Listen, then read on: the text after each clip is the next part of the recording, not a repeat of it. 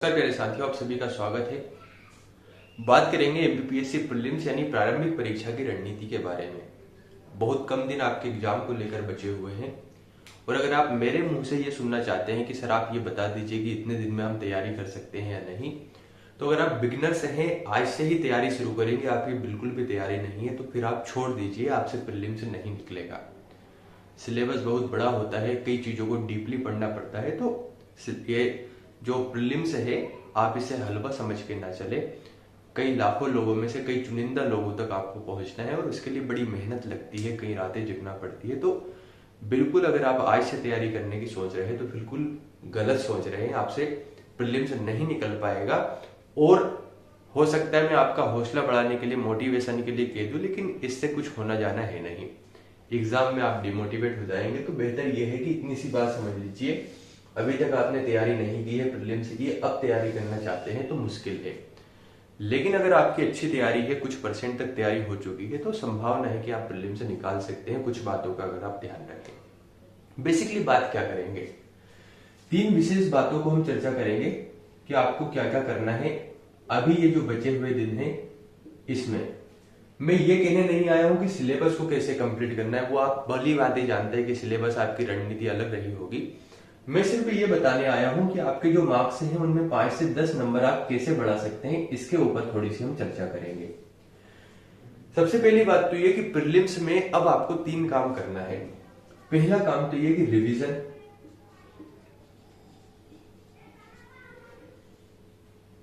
दूसरा काम ये कि कुछ चुनिंदा टॉपिक्स को पढ़ना है, आईएमपी टॉपिक्स में लिख सकता हूं,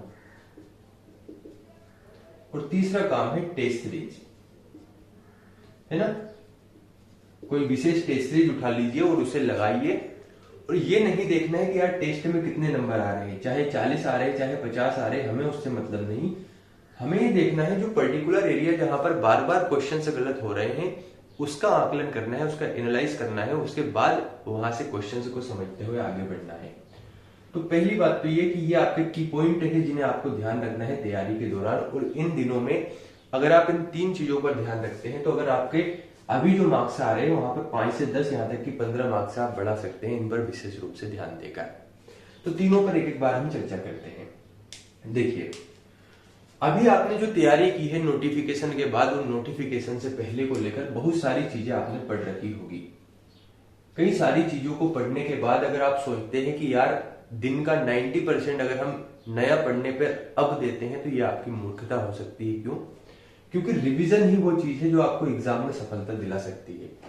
तो रिवीजन आप जितना कर सकते हैं, जितना घिस सकते हैं बार बार एक ही रूट पर आप खुद को, उतना ही आपकी सफलता यहाँ पर अग्रसर हो जाएगी। तो आपको विशेष रूप से ध्यान रखना है कि आपने जो पढ़ रखा है, चाहे वो 40% पढ़ा हो चाहे 50% पढ़ा हो, ये हमें नहीं भूलना चाहिए। यहां से जो क्वेश्चन बनते हैं वो हमारे सही होना चाहिए। अच्छे से आपको दबा के रिवीजन करना है और डेली बेस पर कम से कम आपको ये करना है कि आपको 70 और 30 के रेशो में आपको रिवीजन पर ध्यान देना है।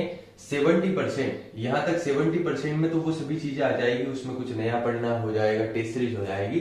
और जो 30% टाइम है, जैसे कि अगर मैं बात करूं, मान लेते हैं आप 9 घंटे पढ़ रहे हैं, है ना, तो 9 घंटे में आप अगर हम 70-30 का रेशो निकालते हैं तो उस हिसाब से आप देख लीजिए कि कितना टाइम आपको देना है। या 10 घंटे पढ़ते हैं तो उस हिसाब से आपको रिवीजन पर विशेष ध्यान देना है। पहला काम तो आपको ये करना है। अब बात आती है सर आईएमपी टॉपिक्स का क्या कर रहे हैं, आईएमपी टॉपिक्स बता दीजिए। अब देखिए, एक बार सोचकर देखिए, अगर मैं आपसे कहूं कि आपको हिस्ट्री कंप्लीट करना है, ज्योग्राफी कंप्लीट करना है, पॉलिटी कंप्लीट करना है, करेंट्स कंप्लीट करना है, तो अब होना मुश्किल है। समय कम बचा हुआ है और चीजों को एग्जैक्ट पढ़ना, सही तरीके से याद करना मुश्किल होता है। ऐसी स्थिति में आपको क्या करना है, जो विशेष रणनीति हो सकती है, आपको 5 टॉपिक ऐसे हैं जिन पर विशेष ध्यान देना है और 50% प्लस जो क्वेश्चंस है यहीं से आते हैं, उसके ऊपर आपको ध्यान देना है। कौन कौन से? सबसे पहली चीज जो कि इस एग्जाम का मर्म है, इस एग्जाम का की पॉइंट है, इस एग्जाम को आप निकालना इसके बिना संभव नहीं है, वो है एमपीजी के।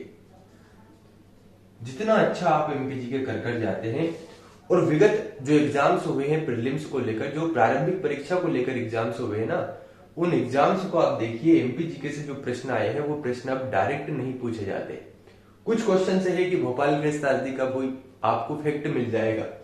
लेकिन जो कंसेप्चुअल क्वेश्चन है, कंसेप्ट वाले हैं, उन पर हमें अब ध्यान देना होगा।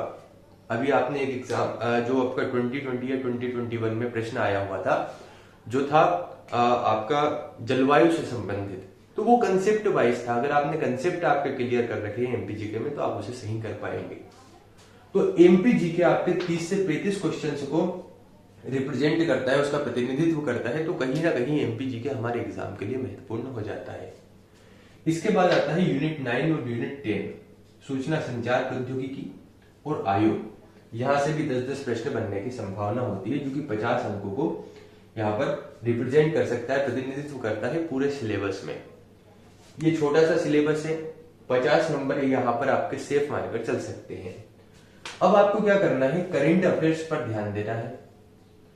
इसके अलावा क्या करना है, पॉलिटी है, हिस्ट्री है, ज्योग्राफी है, इकोनॉमिक्स है। इसको लेकर हम एक काम ये कर सकते हैं कि यहाँ के कुछ जो महत्वपूर्ण टॉपिक्स है उनके ऊपर हम चर्चा कर सकते हैं कि यार पॉलिटी वाला पर्टिकुलर ये सेगमेंट है जहां से हमेशा प्रश्न बनते आए हैं, ज्योग्राफी वाला ये सेगमेंट है, पर्यावरण से ये प्रश्न बनते हैं, मिसलेनियस से ये प्रश्न बनते हैं, उसके ऊपर हम चर्चा कर सकते हैं। तो अभी आपको क्या करना है, रिवीजन पर विशेष ध्यान देना है। इन दोनों को तो बहुत अच्छे ढंग से रट दीजिए। किसी भी आयोग में अध्यक्ष या उपाध्यक्ष की नियुक्ति कौन करता है, वहां पर कितने सदस्य हैं, उसका गठन किस अधिनियम से हुआ, संवैधानिक है, गैर संवैधानिक है, सभी चीजें आपको अच्छे से पता होनी चाहिए। सूचना संचार प्रौद्योगिकी में एक काम आपको विशेष रूप से करना है, वो ये है कि करंट रिलेटेड चीजें पढ़नी है।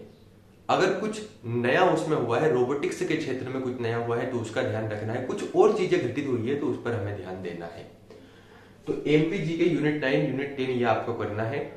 एक काम आपको ये कमेंट करके बताना है कि अगर आपको लगता है कि पॉलिटी, हिस्ट्री, ज्योग्राफी, इकोनॉमिक्स, यहां से कौन कौन से टॉपिक्स से प्रश्न ज्यादा बनते हैं। मैं इतना बड़ी बात नहीं कह सकता हूं कि यार पॉलिटी के अगर 5 प्रश्न बने तो 5 बता सकता हूं टॉपिक, लेकिन अगर 3 प्रश्न यहाँ पर कहां से बन सकते हैं उसकी संभावना हम बता सकते हैं। आपको कमेंट करना है कि सर बता दीजिए उनके महत्वपूर्ण टॉपिक, तो हम उन महत्वपूर्ण टॉपिक्स की चर्चा कर लेंगे, केवल उन्हें आपको पढ़ना है। तीसरा काम ये करना है कि आपको बेहतरीन टेस्ट लगाना है। अच्छे से टेस्ट लगाने के बाद ये नहीं देखना है कि इसमें कितने नंबर आ रहे हैं। नंबर जितने भी आ रहे हैं हमें ये देखना है, उसका एनालिसिस करना है, और जो क्वेश्चन गलत हो रहे हैं उन्हें वहीं पर याद कर लेना है। याद करने के बाद एनालिसिस करना है आखिर ये गलत क्यों हुआ। उसके बाद आप देखेंगे कि आपकी जो तैयारी है बहुत अच्छे से ढंग से हो चुकी है। तो आज के लिए इतना ही रखते हैं। आपकी रणनीति अच्छी है, आपको रणनीति चेंज नहीं करना है, बस इन बातों का ध्यान रखना है, यही आपके नैया पार लगाएंगे। बहुत बहुत धन्यवाद।